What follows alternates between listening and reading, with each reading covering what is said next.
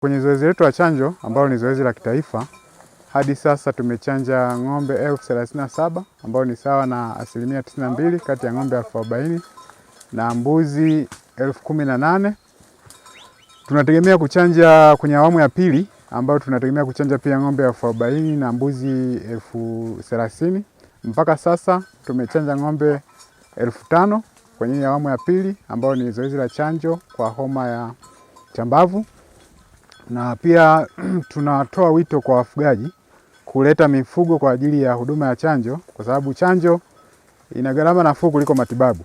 Ng'ombe akiumwa utatumia hela nyingi kumtibu, lakini kwenye kuzuia huwa tunatumia hela kidogo, kwa sababu ng'ombe mmoja tunamchanja kwa shilingi 500 na mbuzi tunamchanja kwa shilingi 300.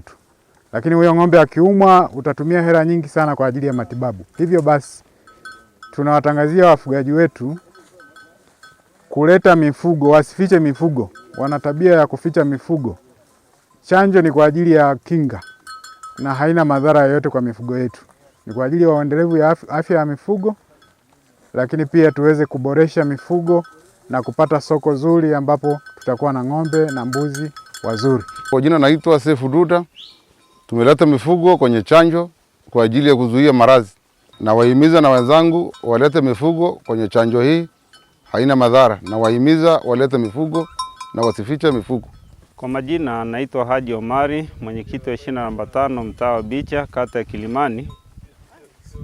Hapa tunaendelea na zoezi la chanjo la mifugo katika kata yetu ya Kilimani, na tangu tupate taarifa kwamba kuna zoezi la kitaifa ambalo linaendelea kwa ajili ya mpango wa chanjo, nilitoa taarifa kwa wananchi na hasa kwa wafugaji ambao wako katika eneo langu kwamba waweze kuleta mifugo yao ili waweze kupata chanjo ambayo itazuia maradhi ya kuambukizwa, lakini pia chanjo ambayo itawapa faida kwa mfugaji, kwa maana hata katika soko la uuzaji wa minadani na kadhalika hivyo. Kwa hivyo nimehamasisha wananchi wameleta mifugo yao, na hapa tuko katika kibanio ambapo zoezi linaendelea kwa siku hii ya leo. Wananchi wanaendelea kuitikia wito na kuleta mifugo yao, basi zoezi ndio hivyo linaendelea, na ninatoa taarifa kwa wale ambao bado kwa siku hii ya leo waweze kuwaleta mifugo wao ili waweze kupata chanjo na zoezi liweze kukamilika. Natoa wito kwa wale wafugaji katika eneo langu ambao